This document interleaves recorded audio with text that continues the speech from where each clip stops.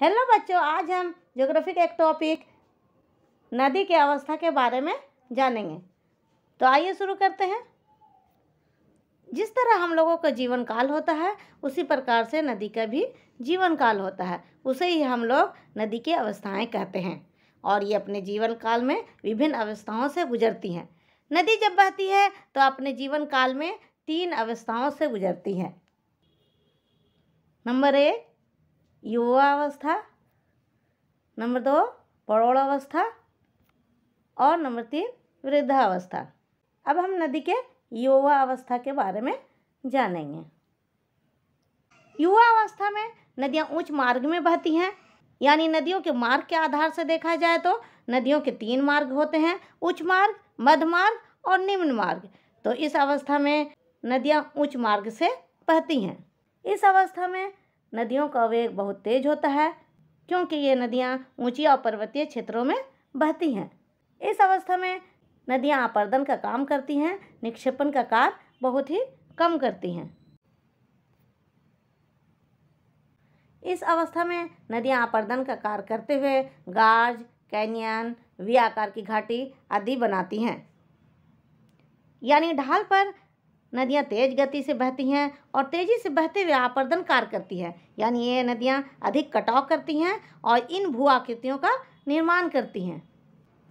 नदियाँ इस अवस्था में बहते हुए अपने घाटी को अधिक नीचा करती हैं, लेकिन ये घाटी को समुद्री तल से ज़्यादा नीचा नहीं कर सकती हैं। नदी इस अवस्था में जलोढ़ शंकु का भी निर्माण करती हैं। जलोढ़ शंकु किसे कहते हैं, इसे समझते हैं। नदी जब अपने युवा अवस्था के अंत में पहुंचती हैं तो इसमें अवसाद की मात्रा बहुत बढ़ जाती है और पानी की मात्रा कम होने लगती है, जिससे इसका निक्षेपण कार्य होने लगता है, यानी नदी जमाव का काम शुरू कर देती है।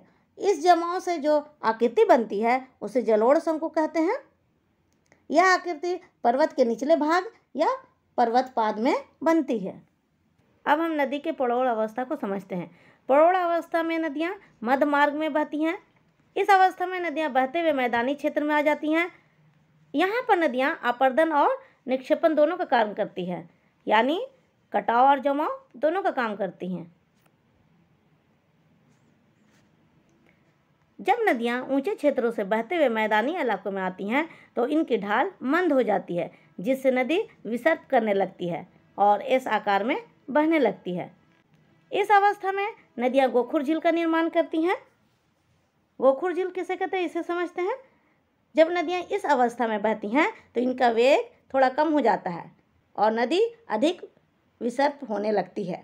तो अधिक विसर्पण के कारण दोनों किनारे मिलने लगते हैं और अंत में ये अलग हो जाते हैं, जिससे एक झील बन जाती है।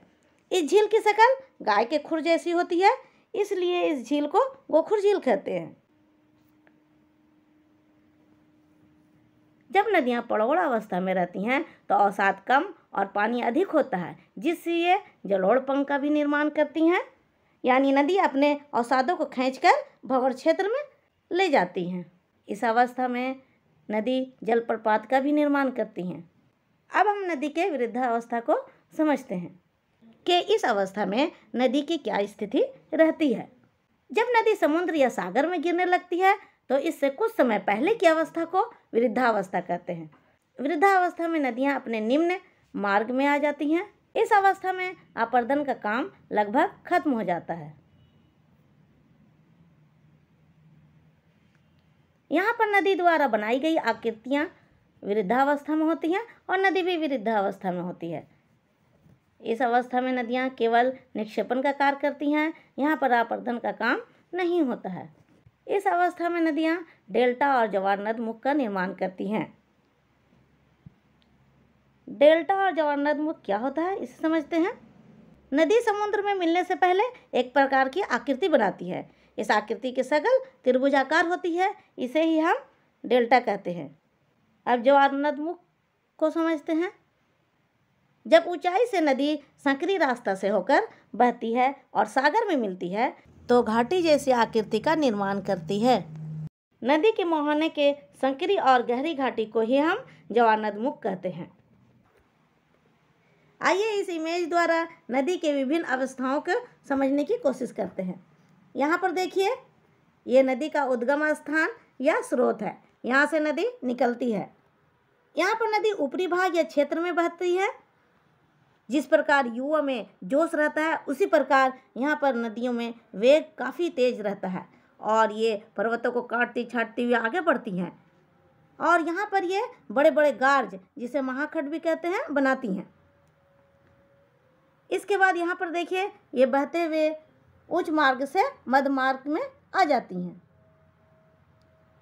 यहाँ पर नदी का वेग काफ़ी कम हो जाता है और ये विसर्प करने लगती हैं इस तरह से, यानी ये ऐसे ऐसे सर्प के जैसा बहने लगती है। और यहाँ पर देखिए, ये इतनी अधिक विसर्पण करने लगती हैं कि नदी बहते हुए अपने दोनों किनारों पर कटाव करने लगती हैं। अब ये ऐसे ऐसे ना बहकर घूमकर इधर से बहने लगती हैं और ये भाग अलग हो जाता है। इसकी शक्ल गाय के खुर के जैसा होती है, इसलिए इसे हम लोग गोखुर झील कहते हैं। अब नदी बहते हुए वृद्धावस्था यानी निम्न भाग में आ जाती है। यहाँ पर नदी का कटाव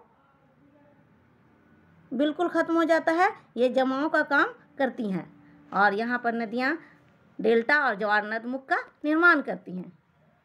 मेरे ख्याल से आपको नदी की अवस्थाओं के बारे में अच्छे से समझ में आ गया होगा। अब अगले वीडियो में दूसरे टॉपिक के साथ आते हैं। हो सके तो चैनल को सब्सक्राइब कर दीजिएगा और कमेंट कीजिएगा ताकि पता चले कि आपको वीडियो कैसा लगा। धन्यवाद।